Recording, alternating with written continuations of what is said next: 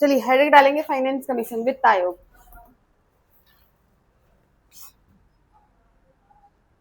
बाकी बच्चों का तो मुझे लग रहा है अभी प्रोटेस्ट का भूत नहीं उतरा है ना, जो अभी आ ही नहीं रहा क्लास में।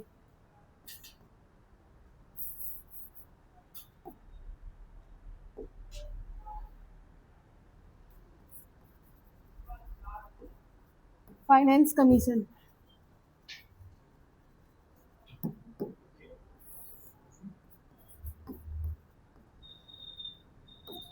वित्तीय आयोग आर्टिकल 280। Good morning. आर्टिकल 280। सबसे पहले तो इसका काम की बात करते हैं ना कि वित्त आयोग का काम क्या होता है। भाई क्या होता है काम? वित्त आयोग का काम क्या होता है? फाइनेंस कमीशन का काम क्या होता है? अच्छा, बजट। अच्छा,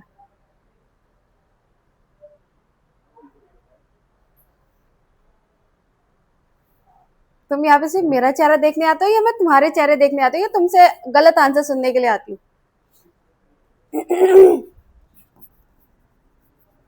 distribution of tax and revenue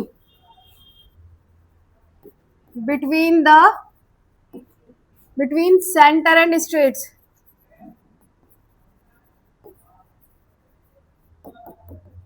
बताया था बात पर। अच्छा, तो मैं अगर कल को मेंस में क्वेश्चन लिखने के लिए आएगी कि डिफाइन करो तुम अपने फाइनेंस कमीशन को, तो तुम ये लिख के आओगे कि बजट है, पर्टिकुलर टॉपिक। अब अपनी बात को ना जरूरी सही प्रूफ करने की कोशिश मत करो, ठीक है? तुमने गलत आंसर दे दिया है। तो डिस्ट्रीब्यूशन। अच्छा, कल को कोई तुमसे पूछता है कि भाई तुम्हारा नाम क्या है, एक्चुअल नेम तुम्हारा नवीन है, लेकिन सामने वाले ने तुम्हारा पेट नेम के साथ तुम्हें इंट्रोड्यूस कर दिया। बात तो एक ही है, लेकिन जो तुम्हें भारी जो एक्चुअल डेफिनेशन है तुम्हारी, वो तो तुम्हारा नवीन ही रहेगा ना, बाहर है ना, नाम तो तुम्हारा एक्चुअल नवीन ही रहेगा। तो उसी प्रकार से फाइनेंस कमीशन का काम क्या होता है? टैक्स एंड रेवेन्यू को क्या करता है? वो सेंटर और स्टेट्स के बीच में क्या करता है? डिस्ट्रीब्यूट करता है। क्लियर? चलिए, ये सारी बातें मैंने आप लोगों को पहले बताई हुई है, तो मुझे लगता नहीं है कि बतानी पड़ेगी दोबारा से, है ना। सबसे पहले अब मैंने ये भी बताया था कि इसको किसके द्वारा फॉर्म किया जाता है। ये किसके द्वारा फॉर्म किया जाता है? फॉर्म्ड बाय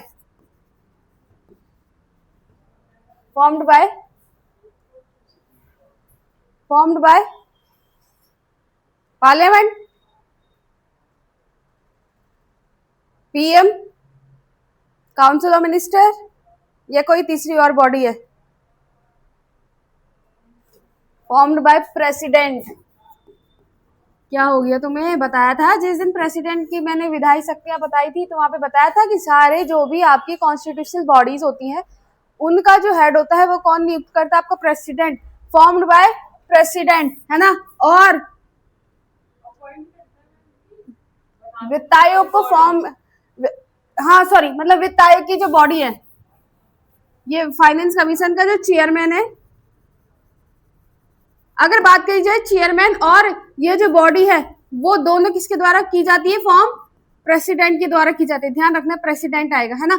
और अगर मैं बात करूं इसमें, तो ये कैसी है? एक कॉन्स्टिट्यूशनल बॉडी है। कॉन्स्टिट्यूशनल बॉडी है। देखो, बॉडीज हमारे पास दो तरीके की होती है। बॉडीज देखो, इस साइड देखो, बॉडीज हमारे पास दो तरीके की होती है। एक होती है आपकी स्टैच्यूटरी बॉडी,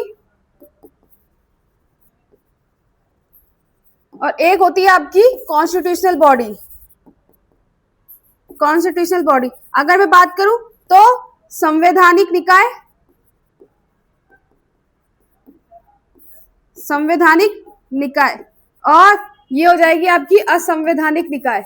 असंवैधानिक निकाय मतलब कि ऐसी बॉडीज जिनको जो है कॉन्स्टिट्यूशनल अमेंडमेंट के साथ नहीं बनाया, जिनका उल्लेख हमें संविधान में नहीं मिलता है।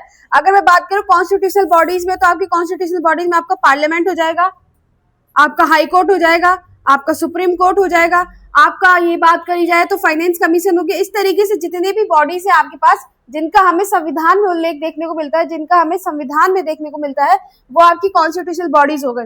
स्टैट्यूटरी बॉडीज वो बॉडीज होती है जो किसी संविधान में नहीं है, जिनका हमें जो हमें संविधान में देखने को नहीं मिलती, बल्कि संविधान के अलावा, जैसे नीति आयोग। आई समझ में बात? जैसे आप एग्जाम्पल में नीति आयोग समझ सकते हैं, क्योंकि नीति आयोग आपका कैसा स्टैट्यूटरी बॉडी है, वो एक कैबिनेट रिजोल्यूशन के थ्रू बना हुआ है। जब आप इकोनॉमी में नीति आयोग पढ़ोगे तब वहां पे पढ़ाया जाएगा कि जो नीति आयोग है वो बनता कैसे है। तो ये आपका संवैधानिक निकाय नहीं है। पहली बात तो समझ में आ गई। दूसरा कि एक होता है जोनल काउंसिल। जोनल काउंसिल अभी आगे हम जब पढ़ेंगे ना पार्ट 13 में मैं आपको बताऊंगी जोनल काउंसिल, यानी कि जोनल काउंसिल को बोलते हैं हम हिंदी में क्षेत्रीय परिषद। हिंदी वाले जरा मात्रा मिस्टेक्स को माफ करना, ठीक है। बड़ी आएगी ना इसमें, क्षेत्रीय परिषद, जोनल काउंसिल। ये जोनल काउंसिल क्षेत्रीय परिषद इसलिए बनी रहती है ताकि जो वाद विवाद होते हैं ना, वो पहले ऊपर हाई कोर्ट जाने से पहले कहाँ सुलझाया जाए, जोनल। यानी कि ट्रेड हो गया, ट्रेड से संबंधित हो गया, कोई भी वाद विवाद है वो सब कहाँ सुलझाए जाएंगे, पहले जोनल काउंसिल। तो ये क्षेत्रीय परिषद होती है, अलग अलग क्षेत्र के हिसाब से डिवाइड की जाती है। याद करो अपना राज्य पुनर्गठन आयोग, जब मैंने आपको वो बताया था 1956 में, जब आपके जो स्टेट्स बन रहे थे ना, तो वहां पे ये पॉइंट छूट गया था, जोनल काउंसिल बताना, तो ध्यान रखना इसको भी। अभी जब हम आर्टिकल 307 पढ़ेंगे उसमें बताऊंगी मैं आपको। तो फिलहाल यहाँ पे एक बात समझ लो कि लिख लो, अगर तुम्हें लिखना है तो, कि स्टैट्यूटरी बॉडीज क्या होती है, जैसे, है ना। तो ये कैसी एक संवैधानिक निकाय है, क्योंकि हमें इसका उल्लेख कहाँ देखने को मिलता है, संविधान में देखने को मिलता है। अगर हमें कॉन्स्टिट्यूशनल बॉडी है तो इसका मतलब इसका जो है, इसका फॉर्म किसके द्वारा किया गया है, प्रेसिडेंट के द्वारा किया गया है ना। चलिए अब मैं बात करूं इसका टेन्योर कितना होगा। टेन्योर 5 ईयर का, 5 साल का इसका जो है वित्त आयोग का पूरा कार्यकाल होता है, ठीक है। इतना क्लियर। अभी रिसेंट आपके वित्त आयोग के चेयरमैन कौन है, और इससे पहले कौन थे? हाँ, 16वें वित्त आयोग के अध्यक्ष कौन है, मतलब ही नहीं है।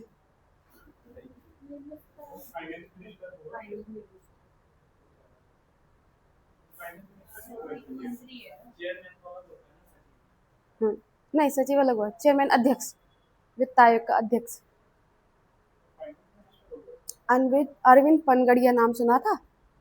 2025 से 2031, 26 से 31 तक है अरविंद पनगड़िया। अभी मैं लिखा दूंगी, चिंता मत करो। जब यहाँ पे मैं लिखाऊंगी ना कि अध्यक्ष कौन कौन रहे वित्त आयोग के। फाइनेंस मिनिस्टर जो है आपका मिनिस्ट्री संभालता है फाइनेंस की, हाँ, वो मंत्रालय संभालता है, बजट बनाती है ना जो, वो अलग है, वित्त आयोग अलग है। इसलिए इसका आपको उल्लेख जो है आपको 280 में देखने को मिलेगा। कंफ्यूज में बताना कि भाई जो आपका बजट और वित्त आयोग एक साथ अलग अलग है। बजट कौन बनाता है आपका, फाइनेंस मिनिस्टर, जो आपका मंत्रालय है जिसके पास। और जो ये पैसा है, ये वित्त आयोग पैसे से संबंधित, इसका काम सिर्फ और सिर्फ क्या होता है, टैक्सेस को डिस्ट्रीब्यूट करना। जो आपने टैक्सेस पे किया है, जीएसटी, एसजीएसटी, सीजीएसटी, जितना भी आपने टैक्सेस पे किया है उस तरीके से। सेंटर का जैसे आप लोग पे करते हो एसजीएसटी, सॉरी सीजीएसटी और आईजीएसटी पे करते हो, है ना। स्टेट्स के लिए आप क्या करते हो, एसजीएसटी पे करते हो। स्टेट्स का अलग वित्त आयोग होता है और सेंटर का अपना अलग वित्त आयोग होता है। ये क्या करता है, आपके टैक्सेस और रेवेन्यू जो कलेक्ट हुआ पूरे साल भर में, उसको क्या करता है, डिस्ट्रीब्यूट करता है स्टेट्स में।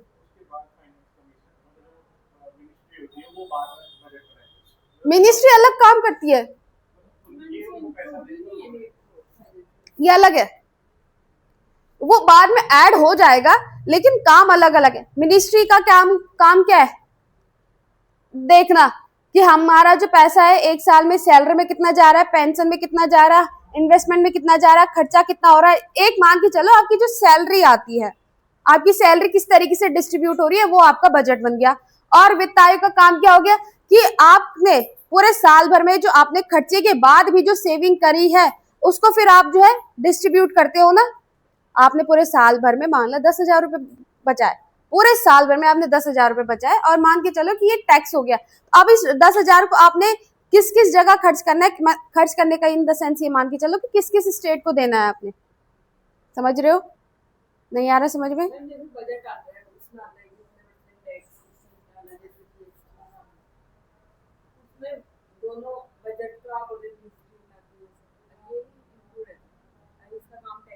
इसका काम टैक्स कलेक्ट करना है, इसके पास इसके खाते में टैक्स जमा होगा और फिर ये उस टैक्स को जो है अलग अलग स्टेट्स को डिस्ट्रीब्यूट करेगा।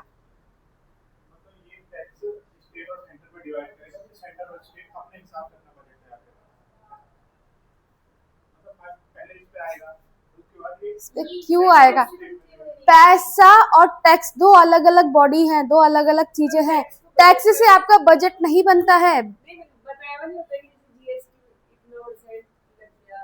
वो लग गया है, वो आपको देना है।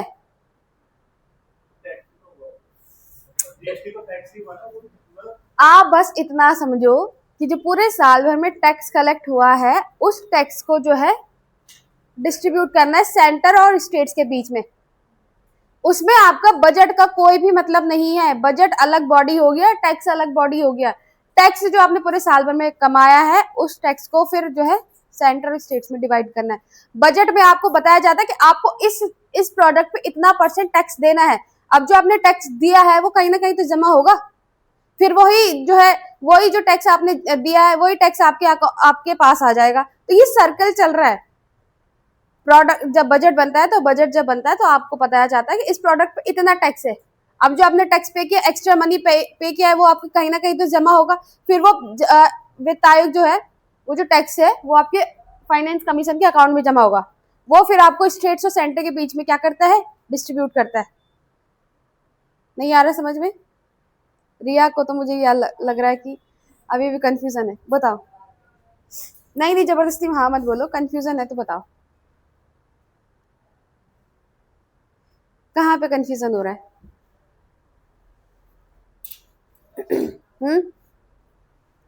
समझ ही नहीं आया बिल्कुल भी? तुम्हारे क्लियर हो गया? हो ही गया? कहाँ पे कंफ्यूजन हो रहा है? मैं वही तो पूछ रही हूँ, तुम मुझे बताओ। अब फिर तुम चुप हो गए। चलो बाद में बताना। अगर मैं बात करूं तो टेन्योर इसका 5 साल है। चलो अब अगर मैं बात करूं इसका जो है मेंबर्स कैसे होंगे, सदस्य कैसे होंगे। अच्छा नोट्स मैंने कल आधे भेज दिए तो तुम्हें लिख लिए, आप ग्रुप में ऐड हो चुकी है तो इनको पुराने वाले भी भेज देना। चलिए मेंबर्स कैसे होते हैं? 1+4 1+4 यानी कि एक चेयरमैन हो जाएगा और बाकी के उसके साथ के अदर मेंबर्स। अब ये मेंबर्स कैसे होंगे? ये मेंबर्स भी जो है 4 भागों में डिवाइड होंगे, यानी कि 4 जो सदस्य है चारों अलग अलग सदस्य होंगे। कैसे? पहला मेंबर, दूसरा मेंबर, तीसरा मेंबर और 4th मेंबर। अब ये कैसे होंगे? एक व्यक्ति इनमें से जिसको लीगल जो है लीगल व्यक्ति होगा, जिसको मतलब किसकी जानकारी होगी? कानून की जानकारी होगी। लीगल व्यक्ति होगा जो है ना। आई बात समझ में?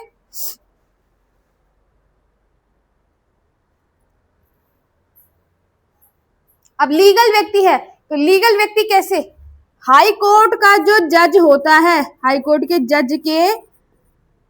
जज की बराबर होगा। मतलब जो हाई कोर्ट के जज के लिए योग्यता होती है ना उसके बराबर होगा ये। यानी कि ये जो व्यक्ति होगा वो किसके बराबर होगा? उच्च न्यायालय का न्यायाधीश हाई कोर्ट के जज के बराबर एलिजिबिलिटी रखता होगा। अब ध्यान रखो एलिजिबिलिटी क्या थी? किसी अधीनस्थ न्यायालय में वकील का काम कर दिया हो और वकालत का काम वकील का काम किया हो, या फिर किसी दूसरे कोर्ट में कैसे सबऑर्डिनेट कोर्ट में क्या हो जज के रूप में काम किया हो। तो एक व्यक्ति कैसा होगा? विधिक सलाहकार होगा, लीगल व्यक्ति होगा। आई बात समझ में? जिसकी योग्यता किसके बराबर होगी? हाई कोर्ट के जज के बराबर योग्यता होगी। दूसरा व्यक्ति कैसा?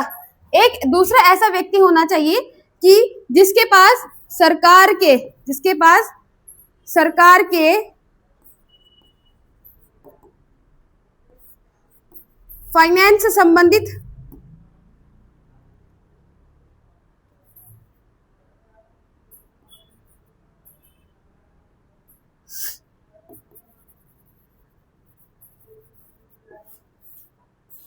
यानी कि एक व्यक्ति तो कैसा होगा जो कानूनी व्यक्ति होगा, जिसकी योग्यता कैसी होगी, हाईकोर्ट के जज के बराबर होगी। दूसरा व्यक्ति होगा जिसके पास सरकार के फाइनेंस, सरकार के खर्चों के यानी कि पैसे से रिलेटेड जो है ज्ञान हो, सरकार के वित्त से संबंधित उसको क्या हो, ज्ञान हो। दूसरा कैसे, प्रशासन से संबंधित व्यक्ति हो, यानी कि उसको एडमिनिस्ट्रेटिव का ज्ञान हो, प्रशासन संबंधी। तीसरा जो आपके किससे,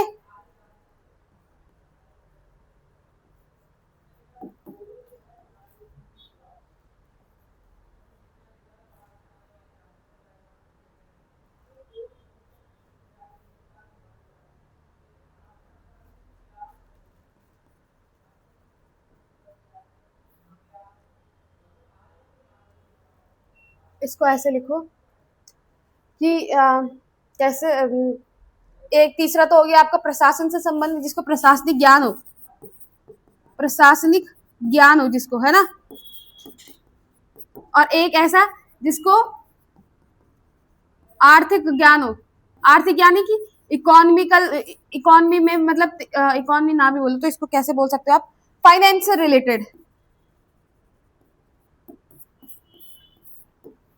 आई बात समझ। 4 सदस्य होंगे, चारों अलग अलग योग्यता रखते होंगे। ये सरकार के लिए, सरकार के जिसके पास सरकार के पैसे से रिलेटेड ज्ञान होगी, सरकार के पास कितना पैसा आ रहा है, कितना पैसा जा रहा है, क्या चीजें पूरी सरकार का। और ये जिसके पास मतलब ओवरऑल जो मतलब एक मान के चलो कि जो नॉर्मल व्यक्ति, जिसको नॉर्मली जो है आर्थिक रूप से ज्ञान हो। 4 व्यक्ति, चारों के इतना ध्यान नहीं रखना है, बस इतना याद रखना है कि मेंबर्स कितने होते हैं भाई, 5 मेंबर्स होते हैं, उनमें से एक चेयरमैन होता है और बाकी के 4 उसके सदस्य होते हैं। ध्यान रखो कि चारों में से कैसे एक विधिक अधिकारी हो, जिसको मतलब कानून का ज्ञान हो, एक प्रशासन का ज्ञान, जिसके पास प्रशासन का ज्ञान हो, शासन प्रशासन किस तरीके से चलना है। और तीसरा इसको मान के चलो कि जिसके पास आर्थिक मामलों के संबंध में जो है ज्ञान हो, पैसे से रिलेटेड। चलिए, ये तो आपको समझ में आ गया कि काम क्या होते हैं। हाँ, अब जो है यहाँ पे एक नोट क्या लिख सकते हो आप, नोट इंपॉर्टेंट ये है कि जो आपका फाइनेंस कमीशन है, ये जो फाइनेंस कमीशन है वो सिविल कोर्ट की बराबरी रखता है। सिविल कोर्ट के बराबरी जो है इसके पास अधिकार होते हैं। जो आपका सिविल कोर्ट के पास अधिकार होते हैं कि किसी भी व्यक्ति पे क्या करना, किसी भी व्यक्ति के लिए, किसी भी अधिकारी के लिए, किसी भी विभाग के लिए क्या करना है, सम्मन तैयार करना है। सम्मन मतलब पता है, बुलावा, है ना।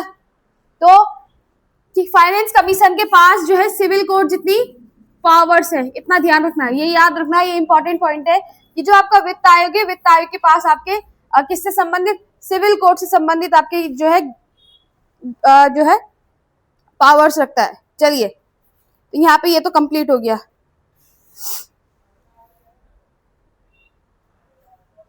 और एक पॉइंट और, आपने 143 आर्टिकल पढ़ा है ना, नहीं बोल सकते आप, पढ़ा है, क्या है उसमें?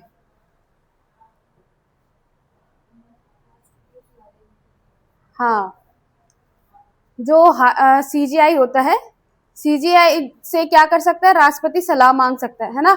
उसी प्रकार से जो फाइनेंस कमीशन होता है, ये जो है कैसा, एडवाइजरी कमीशन भी है, एडवाइस भी करता है। ये क्या है आपका, एडवाइस भी करता है। लेकिन जैसे आपको पता है कि प्रेसिडेंट क्या करता है, अगर सीजीआई ने उसको क्या दे दी, सलाह दे दी, तो जरूरी नहीं है कि सीजीआई ने जो सलाह दी है राष्ट्रपति उसको मानेगा ही मानेगा। लेकिन यहाँ पे फाइनेंस कमीशन ने जो सरकार को एडवाइस दे दी है, सरकार को उसको मानना ही पड़ेगा। ये ध्यान रखना कि फाइनेंस कमीशन एक ऐसा कमीशन है, एक ऐसा आयोग है, अगर सरकार को उसने कोई सलाह दे दी तो सरकार को उसको मानना ही पड़ेगा, है ना। ये ध्यान रखना कि एक एडवाइजरी कमीशन है, लेकिन ये सरकार को अगर इसने अपनी कोई सलाह दे दी तो सरकार जो है उस पर मानेगी। चलिए,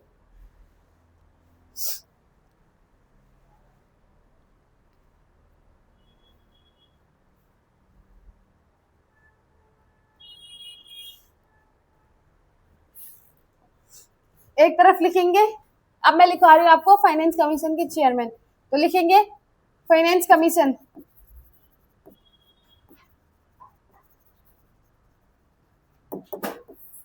एक तरफ लिखेंगे एक तरफ लिखेंगे चेयरमैन, बस ज्यादा नहीं लिखाऊंगी, तीन के लिए लिखाऊंगी, बस तीन।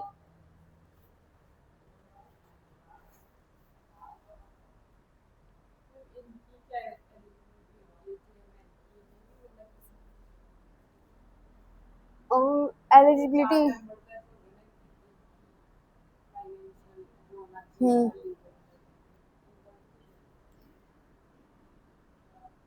इसकी एलिजिबिलिटी ऐसे मान के चलो कि जिसको मतलब फाइनेंस के मामले में ज्ञान हो, क्योंकि उन सभी पे अब चारों मेंबर्स का हेड होगा, तो चारों मेंबर्स की क्वालिटी इसके अंदर होनी चाहिए। जैसे प्रशासन में प्रशासन का हेड होना चाहिए, मतलब जिसको प्रशासन का ज्ञान हो, आर्थिक मामलों का ज्ञान हो, विधिक अधिकारी लीगल रूप में इसको ज्ञान हो, इस तरीके से।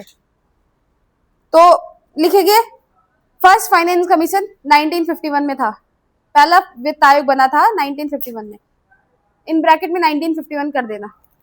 फर्स्ट फाइनेंस कमीशन बना था आपका 1951 में, और इसका टेन्योर चला था 1952 से 1957 तक, 1952 से 1957 तक चला था, मतलब बना कब था 51 में, और लागू कब से हुआ 52 से 57 तक। अध्यक्ष लिखेंगे इसका केसी नियोगी, केसी नियोगी लिखेंगे। दूसरा 15वां finance commission, 15th finance commission, अब बीच में 2, 3, 4, 5 जितने भी थे वो उतने इंपॉर्टेंट नहीं है, ना तुम्हें याद रखने। इंपॉर्टेंट क्या है 15th वाला और 16 वाला। क्यों 16 वाला तो इंपॉर्टेंट है क्योंकि करंट में आपका वित्त आयोग वही चल रहा है। 16 वाला इसलिए इंपॉर्टेंट है 15 वाला कि किसको रिप्लेस किया है। तो 15वां वित्त आयोग बना था आपका 2017 में, 2017 में बना था ये, और इसका कार्यकाल शुरू हुआ था 2020 से 2025, इसका कार्यकाल था 2020 से 2025। ये बने थे 2017 में बना था। एडवांस में तैयारी हो जाती है ना इसकी, एडवांस में बन जाता है ये। जैसे हाँ, काम बाद में शुरू होता है इनका। जैसे अभी आपका 16वां वित्त आयोग चल रहा है, 16वां वित्त आयोग 2023 में बन गया था, लेकिन इसका काम शुरू कब से हो रहा है 2026 से शुरू हो रहा है। तो अच्छा 15वें वित्त आयोग के अध्यक्ष लिखेंगे एन.के. सिंह, एन.के. सिंह। और मोस्ट इंपॉर्टेंट है आपका 16th फाइनेंस कमीशन, 2023 में बन गया था ये।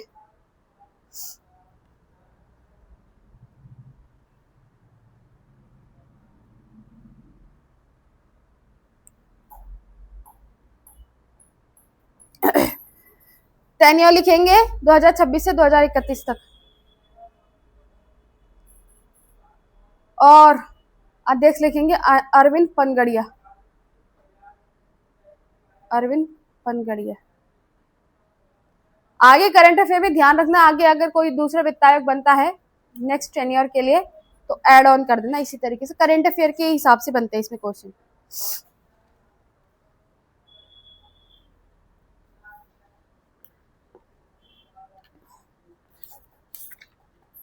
तुम लोगों को जब मैंने मनी बिल और फाइनेंस बिल दो अलग अलग बॉडीज बताई थी, तो उसी तरीके से मान के चलो, मनी बिल और फाइनेंस बिल था ना, दो अलग अलग, 112, 117, उस तरीके से मान के चलो। अब तो कंफ्यूजन नहीं होना चाहिए था कि जो ये फाइनेंस कमीशन है उसका काम क्या होता है।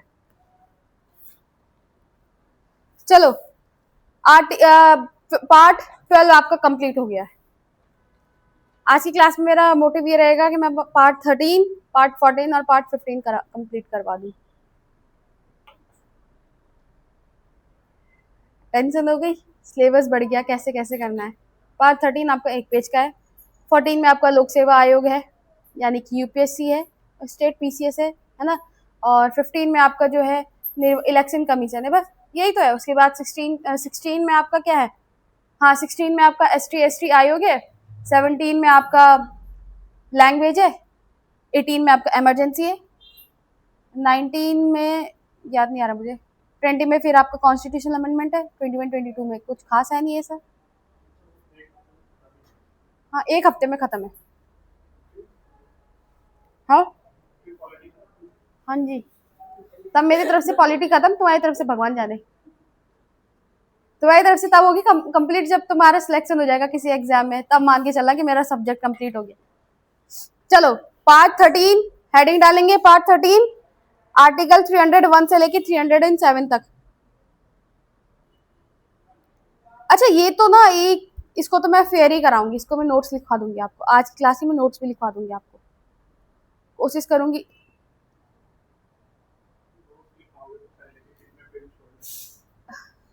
चलो ठीक है, मैं ऐसे लिख लो।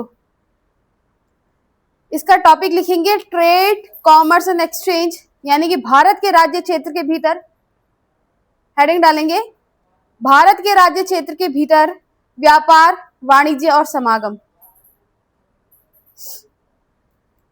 Trade commerce and exchange with in the territory of India, with in the territory of India, यानी कि भारत के राज्य क्षेत्र के अंदर। कुछ नहीं है इसमें फालतू की टाइम पास वाला टॉपिक है, कुछ नहीं आता इसमें से, बस एक इंपॉर्टेंट आता है यहाँ पे कि जोनल काउंसिल क्या, जोनल काउंसिल का जो है कितने सदस्य होते हैं और कैसे कैसे आते हैं, बस इसमें से यही है। इसमें मैं बता भी नहीं, आर्टिकल 301 लिखेंगे, 301, article 301 freedom of trade commerce and exchange, यानी कि आपके पास किसी भी व्यापार को करने का क्या होगा, फ्रीडम होगा। व्यापार वाणिज्य और समागम की स्वतंत्रता लिखेंगे, freedom of trade commerce and exchange, पहला आर्टिकल क्लियर, समझाने की जरूरत नहीं है, फ्रीडम है आपके पास। दूसरा आर्टिकल 302 हिंदी में लिखा, व्यापार वाणिज्य और समागम की स्वतंत्रता। दूसरा लिखेंगे व्यापार वाणिज्य और समागम पर, व्यापार वाणिज्य और समागम पर निर्बंधन, निर्बंधन मतलब मान के चलो कानून है ना, निर्बंधन अधिरोपित करने की शक्ति, अधिरोपित करने की शक्ति संसद को। Power of parliament, power of parliament, power of parliament to impose restrictions, to impose restriction on trade and commerce, यानी कि संसद के पास ये शक्ति है कि वो आपके व्यापार और व्यापार से संबंधित मामलों पर क्या कर सकती है, कानून बना सकती है ना। चलिए आर्टिकल 303 लिखेंगे, व्यापार वाणिज्य और समागम के संबंध में, व्यापार वाणिज्य और समागम के संबंध में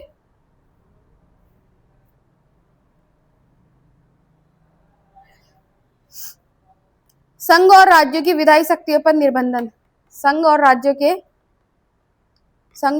के विधायी शक्तियों पर निर्बंधन,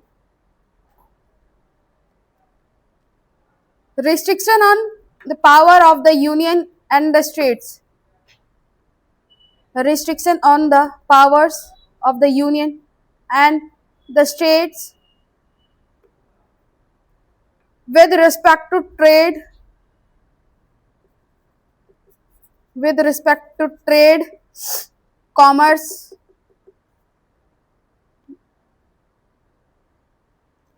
and exchange within the territory of India।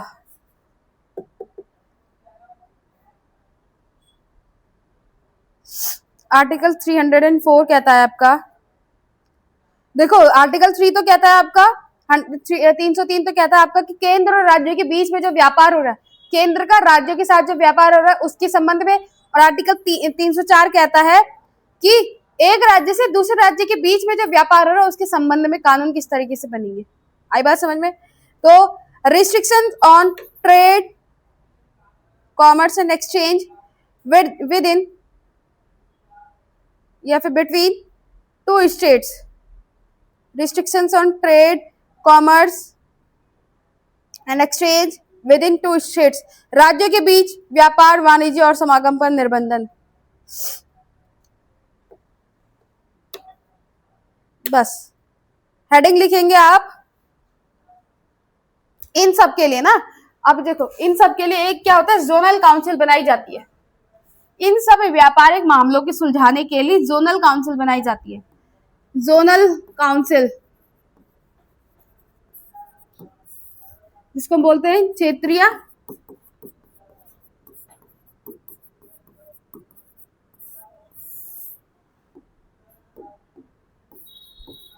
Statutory body है, यानी कि क्या हो जाएगा, नॉन कॉन्स्टिट्यूशनल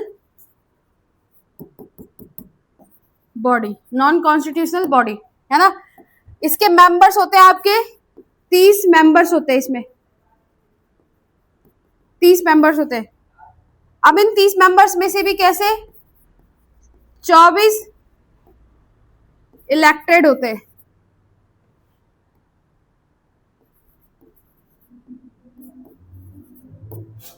और बाकी के सॉरी 24 से 26, और बाकी के जो 4 मेंबर्स है वो कैसे appointed by governor. Her states का अलग अलग होता है, हर स्टेट्स का अलग अलग होता है। 26 तो इलेक्टेड होते हैं और बाकी के अपॉइंटेड किसके द्वारा होता है, गवर्नर के।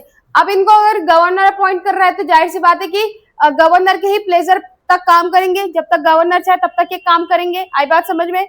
और एक और लिखेंगे आप टेन्योर। ये जो जोनल काउंसिल है इसका टेन्योर होता है आपका 5 साल का। चलिए पार्ट 13 कंप्लीट। क्या हुआ,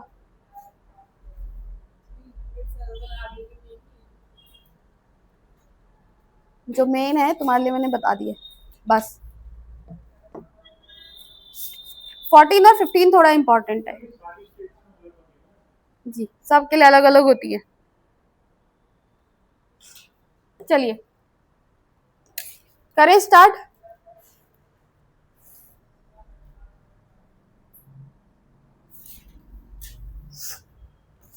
पार्ट 14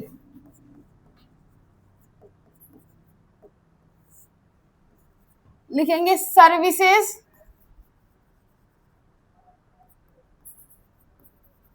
अंडर स्टेट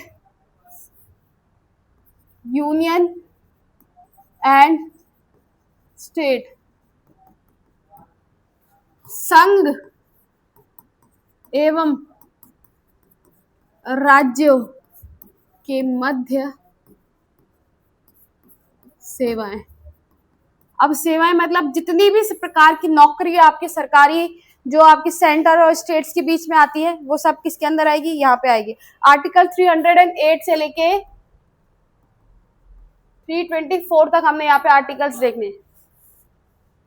24 नहीं 23 कर दो इसे, चलो 323 तक हमने जो है यहाँ पे सारे आर्टिकल्स देखने। आई बात समझ में। चलिए तो सबसे पहले हम बात करते हैं आपके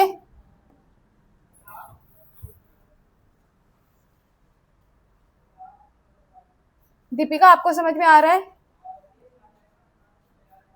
नहीं भी आ रहा होगा तो यस ही बोलोगी क्योंकि लास्ट में तो पहुंच चुके हैं वैसे भी हम। चलिए सबसे पहले आपकी आती है सिविल मतलब सर्विसेज है ना। अब सर्विसेज कैसी आती है, सर्विसेज आपकी 3 प्रकार की होती है, यानी कि सेवाएं। क्या बातें चल रही, सेवाएं। सबसे पहले आती है all India services, all India services यानी कि अखिल भारतीय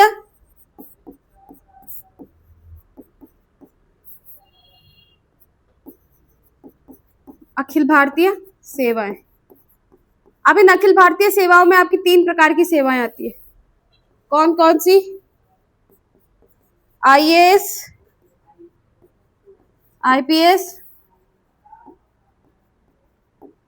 लिख दो Indian administrative service, Indian police service, Indian foreign service. Full form भी लिखो, इंडियन एडमिनिस्ट्रेटिव सर्विस यानी भारतीय प्रशासनिक सेवा, इंडियन, सॉरी ये फॉरेस्ट होगा, फॉरेन नहीं, सॉरी फॉरेन में तो IFOS आएगा, लिखेंगे IPS Indian police service, IPS Indian police service, भारतीय पुलिस सेवा, और IFS इंडियन फॉरेस्ट सर्विस, भारतीय वन सेवा। और इसके बाद कुछ आपकी सेंटर में आती है, कुछ आपकी स्टेट्स की सर्विसेज आती है, यानी कि सेंटर की लिख देंगे, बाकी कुछ सेंटर की होगी और बाकी स्टेट्स की होगी। सेंटर की जैसे आपकी RRB, रेलवे और SSC, इस तरीके से आपकी जो ये सेंटर की सेवाएं, अगर स्टेट्स की आपको पता ही है, अलग अलग स्टेट्स की अपनी अलग अलग सेवाएं होती है। क्लियर इतना? तो हमने पहले देख लिया सेवाएं, है ना। अब सबसे पहले हेडिंग डालेंगे आप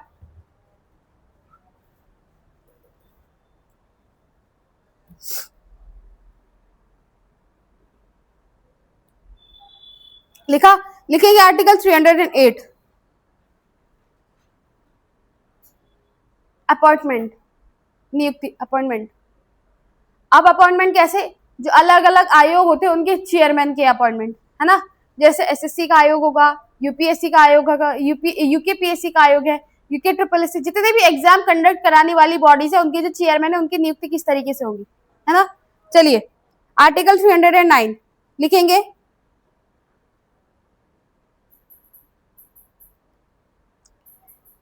संघ या राज्य सेवा करने वाले,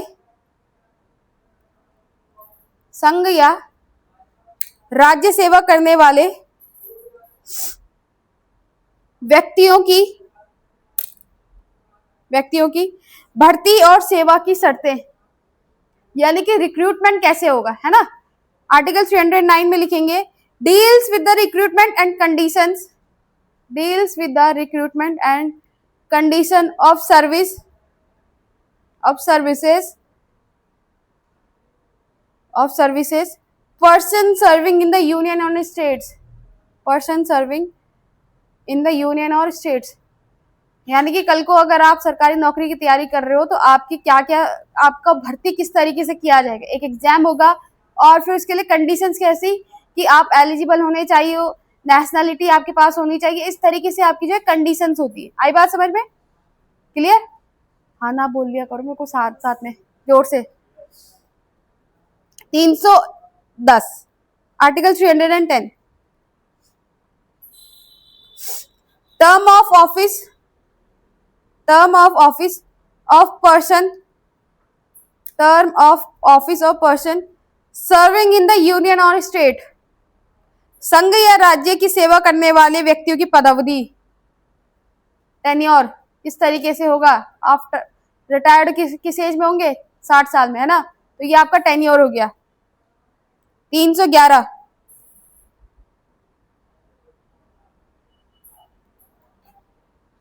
संघ या राज्य के अधीन सिविल सेवाओं में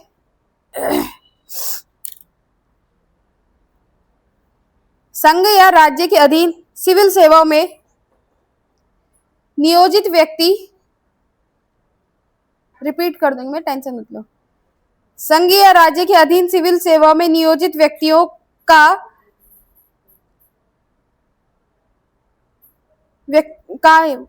को पद से हटाया जाना, इस तरीके से लिखेंगे। Appointment and removal from office of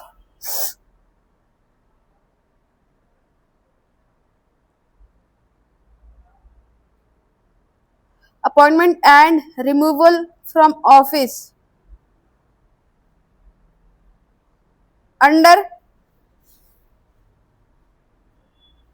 the services of union और states, under the services of union और स्टेट्स, यानी कि जो संघ और राज्य के बीच में जो व्यक्ति काम कर रहा है उसको उसके पद से हटाया किस तरीके से जा सकता है। आई बात समझ में? चलिए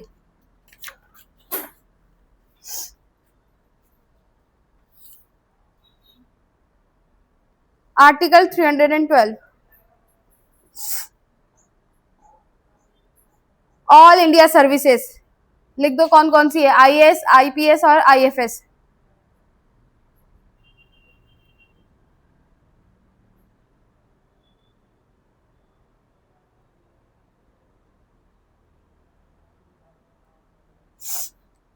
तो लिख दो इसमें अकॉर्डिंग आर्टिकल 312 में मैंने बताया था ना कि 312 के तहत अगर हमें कोई दूसरी इन तीनों के अलावा कोई हमें दूसरी चौथी अगर हमें अखिल भारतीय सेवा बनानी है तो उसके लिए सबसे पहला प्रस्ताव कहां से जाएगा, आर्टिकल 312 मैंने पढ़ाया था, जिसमें मैंने बताया था कि अगर हमको कोई चौथी लोक सेवा आयोग बनाना है, सॉरी ये Akhil Bharatiya service all India services बनानी है, मान लो कि आईएएस, आईपीएस और आईएफएस तो है, हमें आईआरएस को भी जो है क्या करना है, ऑल इंडिया सर्विसेज में इंक्लूड करना है। तो सबसे पहला प्रपोजल कहाँ जाएगा, कौन से पार्लियामेंट में,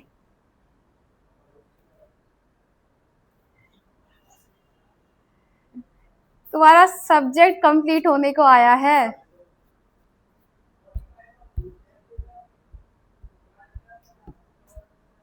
जरा निकालो 312 जहां पे मैंने लिखा है। रिया और सपना से तो मुझे चुप्पी की उम्मीद नहीं थी। हाँ, अरे राज्यसभा बताया था कि अगर हमें कोई भी नई अखिल भारतीय सेवा बनानी है तो हम क्या करेंगे, राज्यसभा से उस प्रस्ताव को पारित करेंगे, जिसमें मैंने आपको जिसमें मैंने कल आपको आयोग में बताया था, कौन सा आयोग था वो, कि मैंने बताया था ना आपको कि राजमन्नार कमेटी ने ये सजेस्ट किया था कि भाई जो अगर हमें नई जो है कि आर्टिकल 312 को हटाओ, ये भी बताया था मैंने। चलो जहां पे राज्यसभा लिखा है ना वहां पे लिखा है मैंने, तो लिखेंगे the first motion for the selection of knew all India services, the first motion for the selection of knew all India services will be introduced under article 312 in Rajya Sabha, will be introduced in Rajya Sabha under article 312, यानी कि नई अखिल भारतीय सेवा के सृजन के लिए, नई अखिल भारतीय सेवा के सृजन के लिए सर्वप्रथम प्रस्ताव राज्यसभा में अनुच्छेद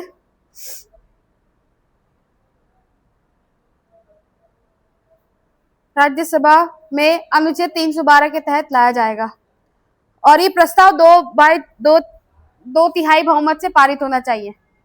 अगर ये प्रस्ताव 2/3 बहुमत से पारित हो गया तो इसका मतलब आपकी नई अखिल भारतीय सेवा बन गई। चलिए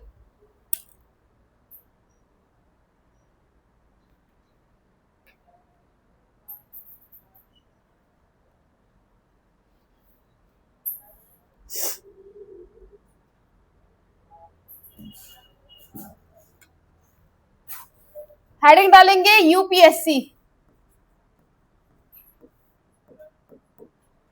यूनियन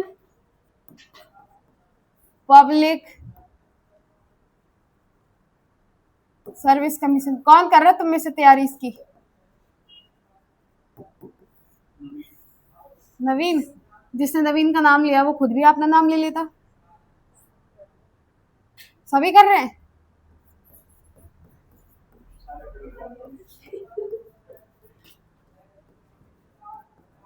क्या बोला, सारे बेरोजगार यही कर रहे, सारे बेरोजगार? तो तुम भी बेरोजगारी हुई फिर उस हिसाब से। तुम अभी स्टूडेंट हो, तुम्हारा भी रिजल्ट नहीं आया, तुम अभी बेरोजगार संघ में नहीं आते हो ही जाओगे 1-2 महीने में ना। चलिए अपॉइंटमेंट किसके द्वारा किया जाता है भाई, किसके द्वारा? प्रेसिडेंट के द्वारा जो है इसके अध्यक्ष को जो है क्या किया जाता है, अपॉइंट किया जाता है। टेन्योर की बात करें तो 5 साल, और इसके मेंबर्स की बात करें तो यानी कि इसका चेयरमैन होता है जो,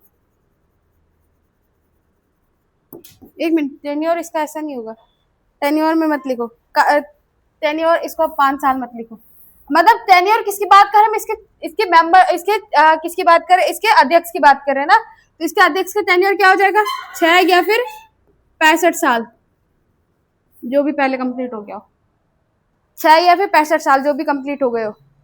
अब ये मैंने 6-65 बताया हुआ है कि किस तरीके से, है ना। 50 साल का व्यक्ति है वो अगर यूपीएससी का हेड बनता है तो 6 साल यानी कि 56 साल तक वो अपनी सेवा देगा। लेकिन वही अगर 61 साल का व्यक्ति है, 61 साल का व्यक्ति को अगर हमें चेयरमैन बनाया है तो वो तब तक काम करेगा जब तक उसका 65 साल पूरे ना हो। आई बात समझ में। तो टेन्योर हमने देखा। चलिए आगे देखेंगे, इसमें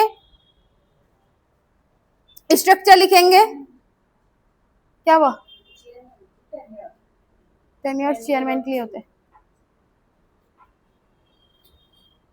स्ट्रक्चर कैसे आएगा, 1 प्लस अदर, यानी कि एक तो कैसा हो जाएगा, अध्यक्ष हो जाएगा, बाकी के अदर मेंबर्स हो जाएंगे। चेयरमैन संरचना यानी स्ट्रक्चर कैसे हो जाएगा, 1 प्लस अदर मेंबर्स का। क्या बोला, टोटल अभी पता नहीं है, टोटल कितने हैं ये नहीं। रेजिग्नेशन, इसका चेयरमैन रिजाइन किसको देगा, प्रेसिडेंट को।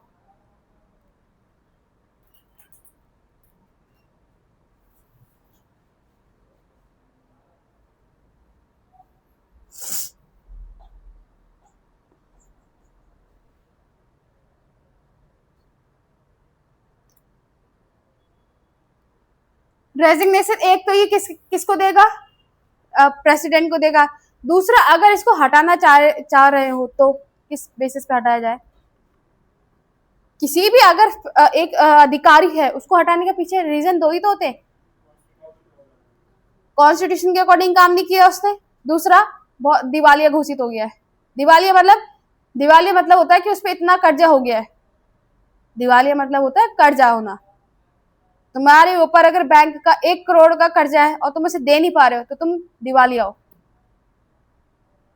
जो व्यक्ति जिसके ऊपर बहुत सारा कर्जा हो जाता है ना, उसको दिवालिया कहते हैं, कि वो अपना कर्जा चुका नहीं पा रहा है। तो पहला रीजन तो क्या, अगर हम बात करें इसको रिजाइन देना हो तो रिजाइन किसको देगा, रेजिग्नेशन किसको देगा, ये अपना प्रेसिडेंट को। और दूसरा अगर हम हटाना चाहते हैं तो कैसे हटाया जाएगा इसको भाई, पागल। चलो क्लियर है ना।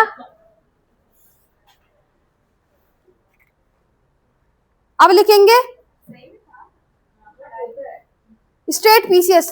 चलो स्टेट पीसीएस के लिए लिखो राज्य लोक सेवा आयोग, जैसे आपने यूपीएससी लिखा उसी प्रकार से स्टेट पीसीएस भी लिखो। हेडिंग डालो स्टेट पीसीएस, लोक सेवा, संघ लोक सेवा आयोग, सॉरी राज्य लोक सेवा आयोग, state public service commission.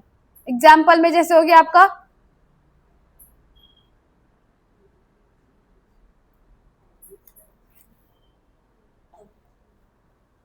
State public service commission और स्टेट,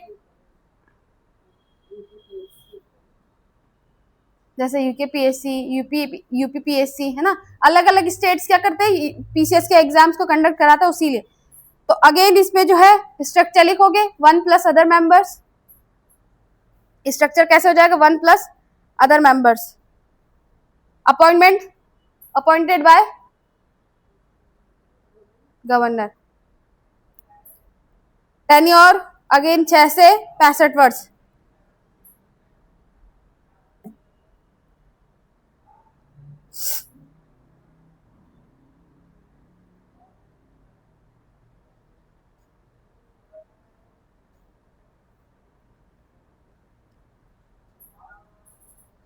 रेजिग्नेशन किसको देगा,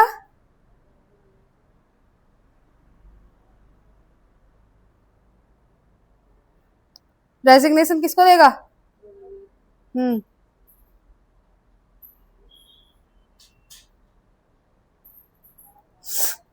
लिखेंगे आर्टिकल 315।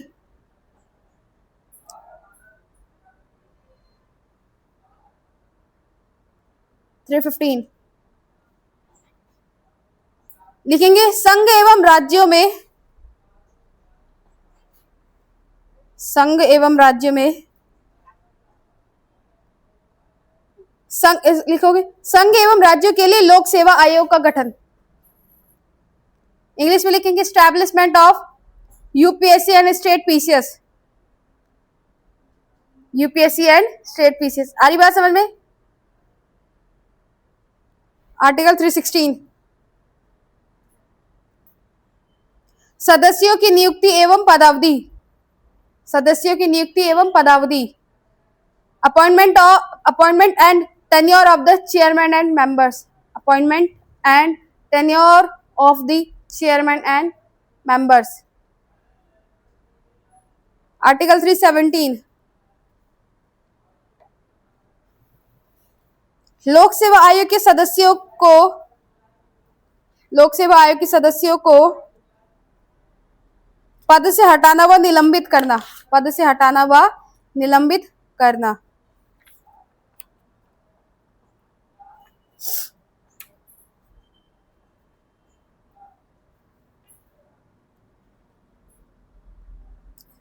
कौन सा लिखाना मैंने? Article 318, 17, removal and suspension of the chairman and members.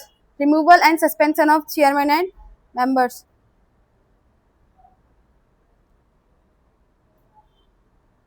Article 318, power to make regulation regarding service conditions.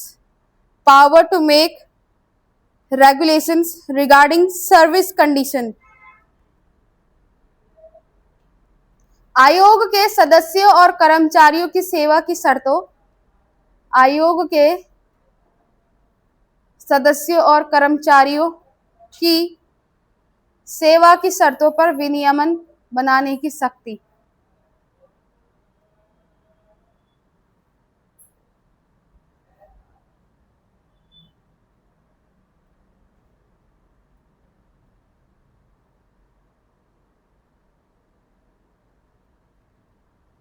Article 319, prohibition on further employment after leaving office. आयोग के सदस्यों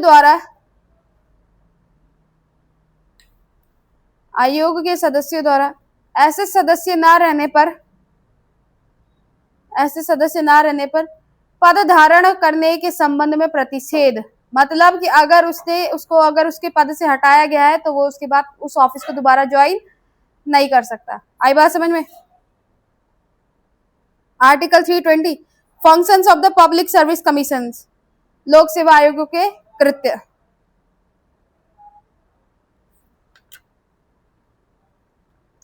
एक नोट पॉइंट लिखेंगे यहाँ पे, और इंपॉर्टेंट है ये।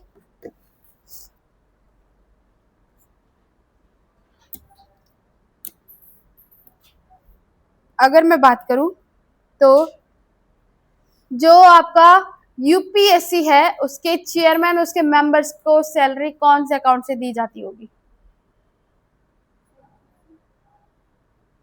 पीछे बताओ नवीन। जो यूपीएससी है उसके चेयरमैन, उसके मेंबर्स को किस अकाउंट से पेमेंट की जाती है? सरकार के किस अकाउंट से खर्चा होता है सैलरी पे करने के लिए? नोट लिखो, कंसोलिडेटेड फंड ऑफ इंडिया से आपके जितने भी क्या यूपीएससी के मेंबर्स और अधिकारी है उनको सैलरी पे की जाती। आई बात समझ में?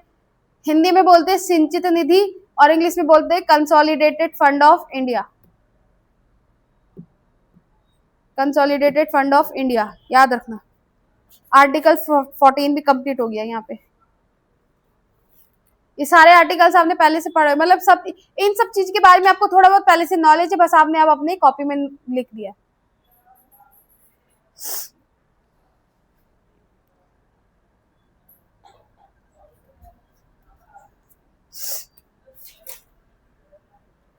चले आगे चले।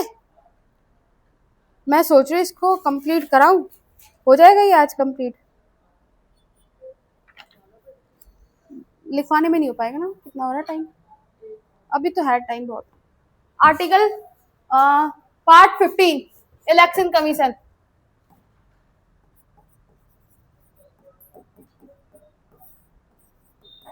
निर्वाचन आयोग।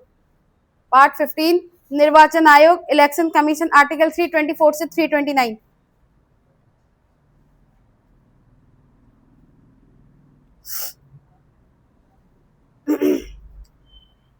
गठन लिखेंगे, स्टैब्लिश कब हुआ था? 25 जनवरी 1950 को। इसके तहत तो 1952 में क्या हुए थे? इलेक्शन हुए थे, है ना। 25 जनवरी 1950 को इसका जो है यहाँ पे गठन होता है, और ठीक इसके एक दिन बाद अब आपका संविधान लागू, है ना। स्ट्रक्चर लिखेंगे, स्ट्रक्चर में देखो 3 सदस्य होते हैं, 3 सदस्य होते हैं, इनमें से कैसे 1+2, एक चेयरमैन, बाकी के 2 अदर मेंबर्स, लिख दो। स्ट्रक्चर होता है इनका 3 का, 1+2 का इनका होता है, एक मुखिया होता है यानी चेयरमैन होता है, और बाकी के 2 अन्य सदस्य होते हैं। नेक्स्ट लिखेंगे अपॉइंटेड बाय प्रेसिडेंट, राष्ट्रपति के द्वारा नियुक्त। टेन्योर अगेन 6 से 65 साल।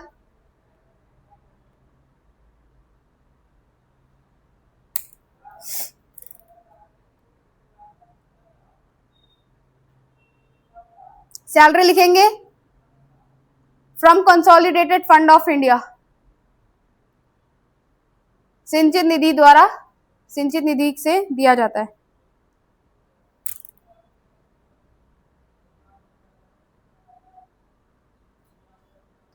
नोट लिखेंगे 25 जनवरी राष्ट्रीय मतदाता दिवस, नेशनल मतदाता को क्या कहेंगे? इलेक्शन, हाँ वोटर्स डे, हाँ हिंदी में लिखेंगे राष्ट्रीय मतदाता दिवस, नेशनल वोटर डे। इस तरीके से क्वेश्चंस बनते हैं आपके।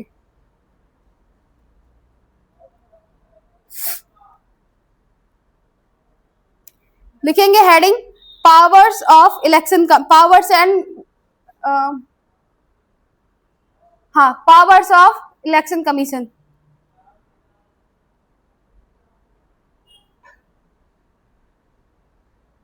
क्या क्या पावर्स है भाई?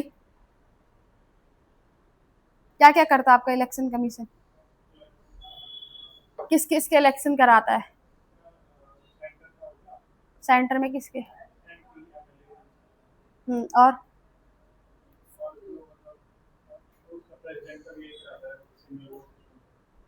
और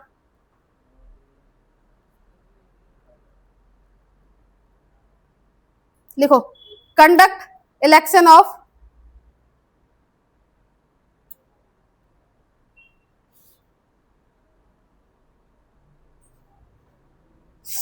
conduct election of Lok Sabha,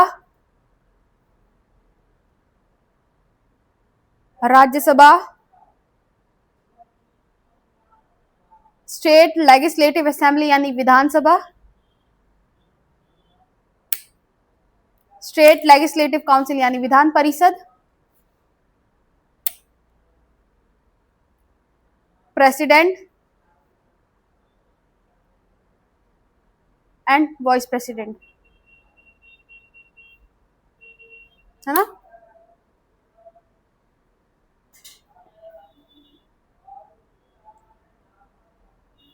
next point लिखेंगे शेड्यूलिंग इलेक्शंस, यानी कि इलेक्शन डेट को वो बताता है ना, शेड्यूल करता है कि कब इलेक्शन होने वाले हैं, है ना, इस तरीके से। और रीऑर्गेनाइजेशन ऑफ पॉलिटिकल पार्टीज, क्या लिखेंगे हम हिंदी में? रीऑर्गेनाइजेशन ऑफ पॉलिटिकल पार्टीज में, हाँ राजनीतिक दलों का पुनर्गठन, इस तरीके से लिख सकते हैं। अलॉटमेंट ऑफ इलेक्शन सिंबल, कमल, हाथ, झाड़ू, जो भी आपके इलेक्शन सिंबल होते हैं उन सबको कौन करता है? ये तो इंडिकेट करवाता है ना। मेन मेन क्या लिखेंगे आप? आचार संहिता यानी कि code of conduct,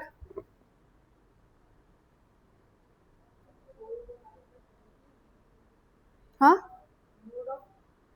MCC, mode of conduct.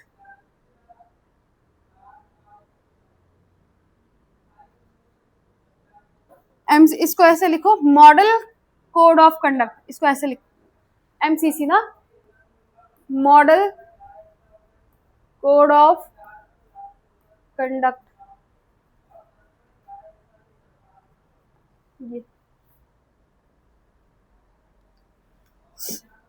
अब जो है आपके किस चुनाव आपके जो है ना 3 तरीके के होते हैं। ये तो पहले ऐसे लिखेंगे, हाँ ऐसे लिखेंगे, types of election, types of election, heading डालेंगे टाइप्स ऑफ इलेक्शन। पहला लिखेंगे आपका आम चुनाव, आम चुनाव लिखेंगे, आम चुनाव यानी कि जो ऑर्डिनरी चुनाव होते हैं आपके, ऑर्डिनरी इलेक्शन होते हैं जो प्रत्येक 5 साल में होते हैं। आई बात समझ में? आम चुनाव यानी कि ऑर्डिनरी इलेक्शन जो आपके प्रत्येक 5 साल में होते हैं।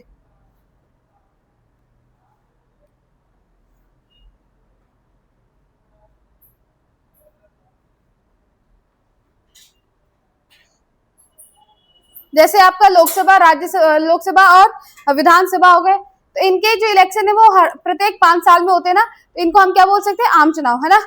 दूसरा लिखेंगे मिड टर्म इलेक्शन, मध्यावधि, मध्यावधि चुनाव, मिड टाइम इलेक्शन।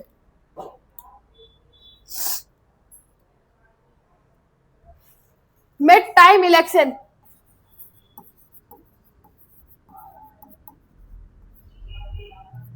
मध्यावधि चुनाव कैसे? जब लोकसभा और विधानसभा क्या हो गई हो? भंग हो गई हो, उस कंडीशन में 5 साल का कार्यकाल पूरा ना कर दिया हो, मतलब 5 साल के कार्यकाल ना पूरा किया और 5 साल के बीच में जो हमें दोबारा से इलेक्शन करवाने पड़े उसको कहते हैं हम मिड टर्म इलेक्शन। आई बात समझ में? 5 साल पूरे होने से पहले आपके जो है हमें चुनाव करवाने पड़ रहे हैं। चलिए दूसरा लिखेंगे, क्या हुआ? विधानसभा।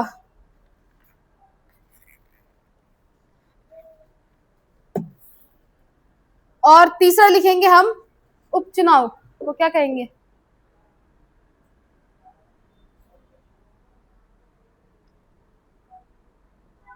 एक मिनट,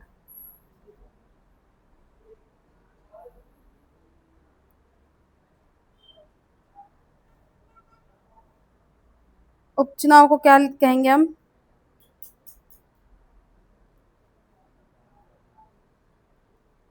एक मिनट,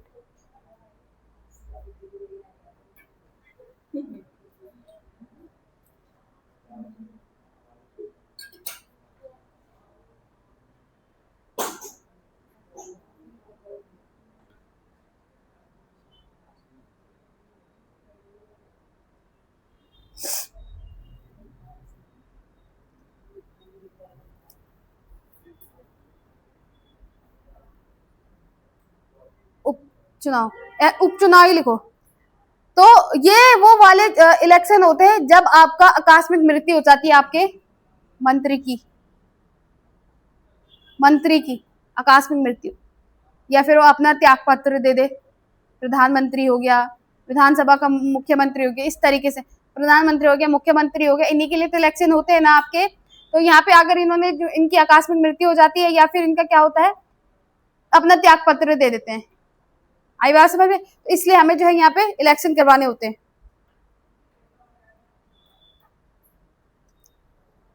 चलिए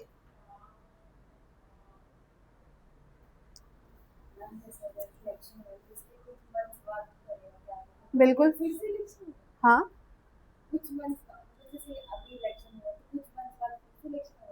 आपका अभी देखो आजकल अभी धर्मेंद्र प्रधान ने इस्तीफा दिया, वो काउंसिल ऑफ मिनिस्टर है, उसके लिए इलेक्शन नहीं होगा। लेकिन अगर प्रधानमंत्री ने इस्तीफा दिया होता तो उस कंडीशन में, है ना, उस कंडीशन में जब तक इलेक्शन होते तब तक इंटरिम गवर्नमेंट फॉर्म होती, इंटरिम गवर्नमेंट आपका सरकार चलाती।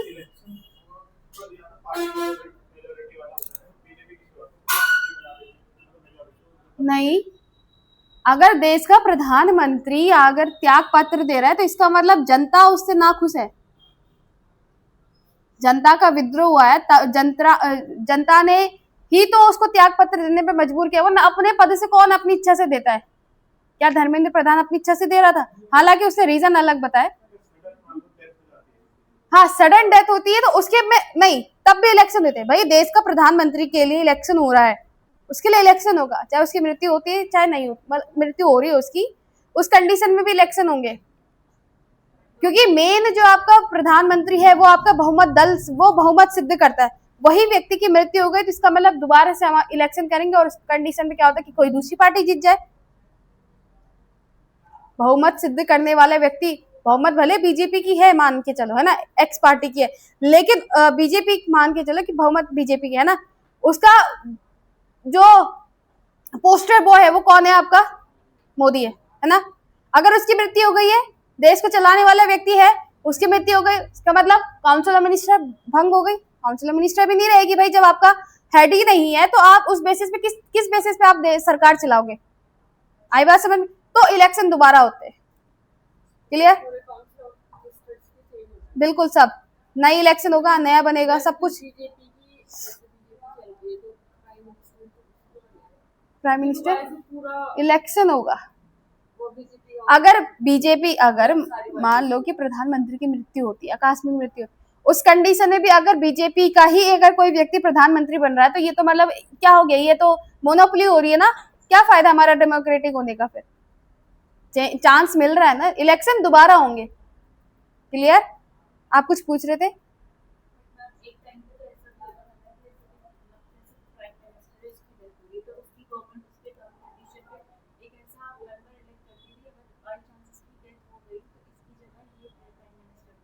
वो फिर इंटरिम गवर्नमेंट काम करती है। अगर मान लो आकस्मिक मृत्यु हो गई किसी प्रधानमंत्री में, पर्टिकुलर उनके लिए नहीं बोलूंगी, मंत्री की अगर इन केस है ना, तो जब तक इलेक्शन होंगे तब तक आपका इंटरिम गवर्नमेंट फॉर्म होगी, इंटरिम गवर्नमेंट करेगी, और इंटरिम गवर्नमेंट जो होगी वो बीजेपी की ही होगी, वो बहुमत दल की ही होगी जब तक इलेक्शन होते तब। भाई देश में नहीं तो फिर अराजक स्थिति आ जाएगी। भाई देश को चलाने के लिए कुछ ना कुछ तो चाहिए हमें। आई बात समझ में? तो इंटरिम गवर्नमेंट फॉर्म होगी, और वही इंटरिम गवर्नमेंट होगी जो आपकी अभी जिसकी सरकार चल रही है उसकी इंटरिम गवर्नमेंट बनेगी। फिर जो नए इलेक्शन होंगे, नए इलेक्शन के बाद परमानेंट फिर नई सरकार बनेगी। आई बात समझ में? जब तक नए इलेक्शन होते तब तक इंटरिम गवर्नमेंट फॉर्म होगी, और इंटरिम अंतरिम सरकार जो है वो सिर्फ सत्ता दल की होगी।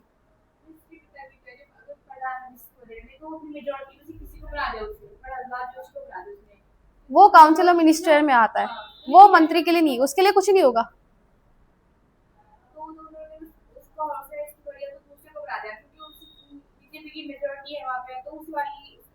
हाँ,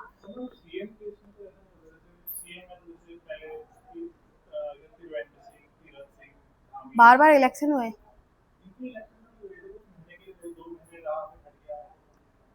तो वो हटाया गया था ना, वो काम ठीक से नहीं कर रहा था इसलिए हटाया गया था। मैं यहाँ पे बात कर रही हूँ मेरे,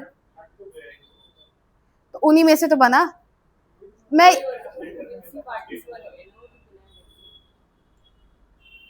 यहाँ पे बात हो रही है ना आपकी, यहाँ पे बात हो रही है किसकी, जब त्याग पत्र खुद से दे दे, नहीं त्याग पत्र देने के लिए मजबूर किया जाए। जैसे अभी मान लो अभी धर्मेंद्र प्रधान है, अगर उनकी जगह कोई अगर पूरा पार्टी का हेड होता तो उस कंडीशन में अलग कंडीशन बनती, और अभी कंडीशन अलग बनी हुई है। अभी जो है क्या कंडीशन बनी थी कि ये आपका काउंसिल ऑफ मिनिस्टर के थे व्यक्ति, काउंसिल ऑफ मिनिस्टर में से किसी ने बना दिया, लेकिन अगर बात सीएम की होती तो वहां पे अभी देखो ये आपके इंटरिम गवर्नमेंट के लिए बने थे। जब आप फिर पुष्कर सिंह धामी बने, इलेक्शन हुए थे 2021 में, फिर वो 22 में बने, फिर है ना।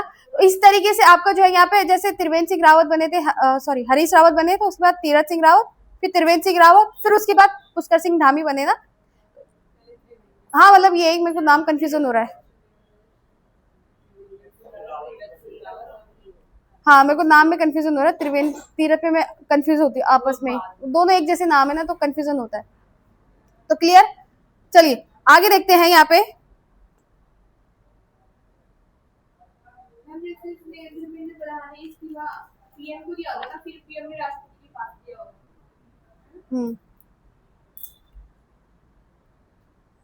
तो लिखोगे इसे आर्टिकल 324,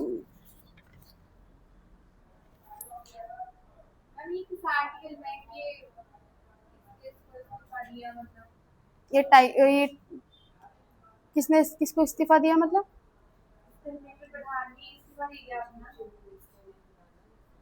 हम्म। इस्तीफा तो अब देखो, इतना ना आर्टिकल्स के डीप में नहीं घुसना चाहिए और ना ही इम्पोर्टेंट है, बस इतना, आर्टिकल्स इतने नहीं है। इस्तीफा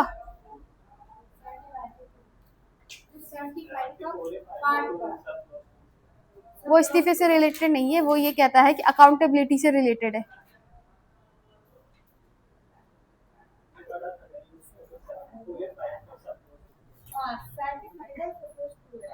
आर्टिकल इसमें चेक करो एक बार।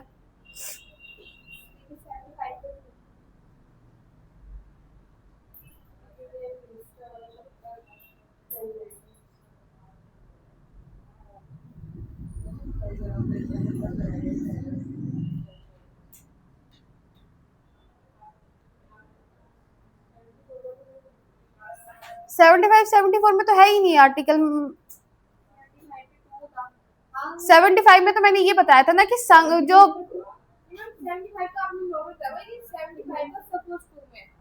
सब क्लॉज में होगा, वैसे सब क्लॉज 2 में भी मैंने नहीं पढ़ा हुआ, तुम एक बार चेक कर लेना इस आर्टिकल की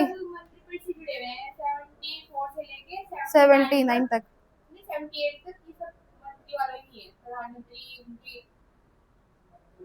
अब ये रेजिग्नेशन वाला तो आर्टिकल मेरे चेक करो कौन सा वाला आर्टिकल है। 75 में तो है ही नहीं, 75 का सब क्लॉज 75 तो ये कहता है कि जब प्रेसिडेंट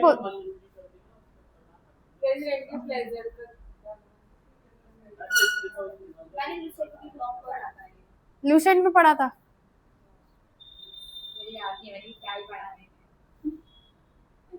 चलो मैंने तो ये पढ़ा नहीं वैसे, पर मैं चेक करती हूँ। चलो आर्टिकल 324 लिखेंगे फटाफट से। Power and function of election commission.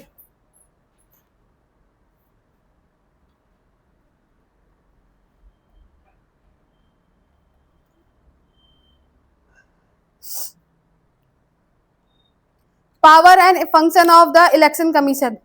निर्वाचन के अध्यक्ष, निर्वाचनों के अध्यक्ष, निर्वाचनों के अधीक्षण, लिखो निर्वाचनों के अधीक्षण, निर्देशन और नियंत्रण का निर्वाचन आयोग में निहित होना। रिपीट करना है, निर्वाचनों के अधीक्षण, निर्देशन और नियंत्रण का निर्वाचन आयोग में निहित होना। Article 325। One general electoral roll, one general electoral roll, इसमें लिखेंगे no discrimination on religion, caste, race और sex. No discrimination on religion, race, caste और सेक्स। धर्म, मूल वंश या लिंग के आधार पर किसी व्यक्ति का निर्वाचन नामावली में सम्मिलित, निर्वाचन नामावली में सम्मिलित किए जाने के लिए अपात्र न होना।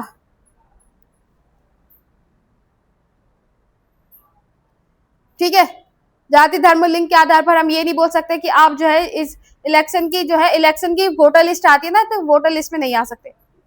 Article 326। Election based on universal adult franchise,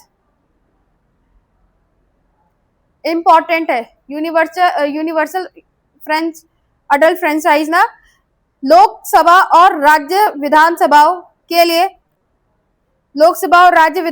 लिए निर्वाचन का वयस्क मताधिकार पर होना, यानी कि जब आप 18 प्लस के हो जाओगे तभी आप लोग जो है वोट के लिए पात्र होंगे। 327।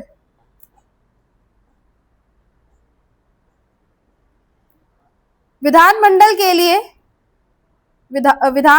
लिए निर्वाचन के संबंध में उपबंध करने की संसद की शक्ति।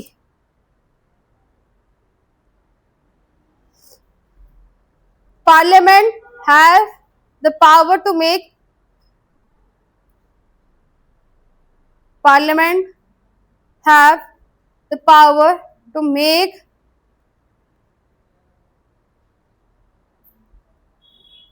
Election laws for states. Election laws for states. चलिए आर्टिकल 328 लिखेंगे।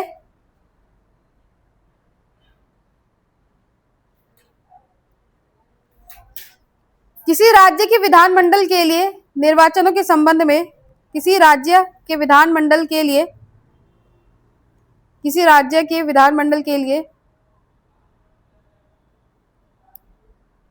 निर्वाचनों के संबंध में उपबंध करने की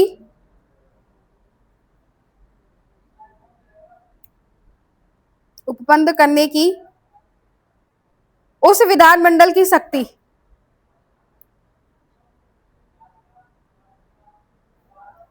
आर्टिकल 327 तो कहता है कि भाई संसद के पास अधिकार है कि वो राज्यों के विधानमंडल के लिए उनके चुनाव से संबंधित कानून बना सकता है। और आर्टिकल 328 कहता है कि राज्यों के पास अधिकार है कि वो राज्यों के इलेक्शन के लिए कानून बना सकती है। तो state legislature have power to make laws on election. और 329 कहता है आपका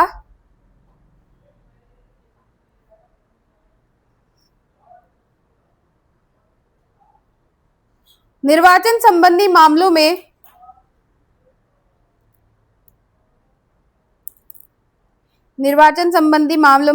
न्यायालयों के हस्तक्षेप का वर्जन।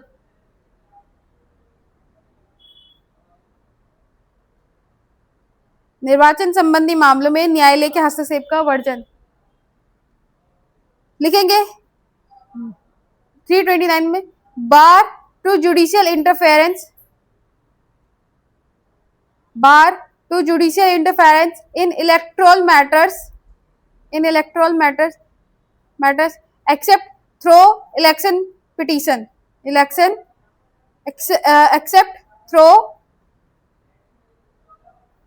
पिटीशन। आर्टिकल पार्ट 13, 14, 15 तीनों कंप्लीट। आर्टिकल 16 मैंने क्या बताया था, SC/ST आयोग, वो हम कल करेंगे। और आपका जो आर्टिकल 17 है राजभाषा, लैंग्वेज से संबंध, वो भी हम कल ही कर लेंगे। आई बात समझ में? क्लियर? चलिए क्या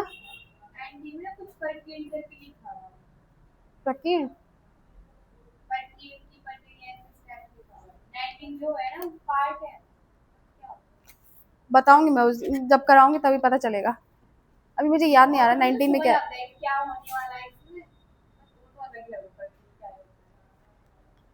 जब 19 करेंगे तब क्लियर हो जाएगा। तो क्लियर तीनों।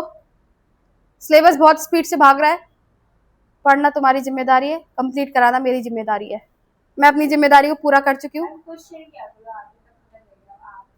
क्वेश्चन करती हूँ, तुम लोग आंसर कहाँ देते हो? क्वेश्चन तो मैं देती हूँ, तुम आंसर देते हो। कल किसी का नहीं आता है, तुमने 2 दिन से नहीं पढ़ा। यहाँ बहुत से ऐसे जिन्होंने कभी पढ़ा ही नहीं।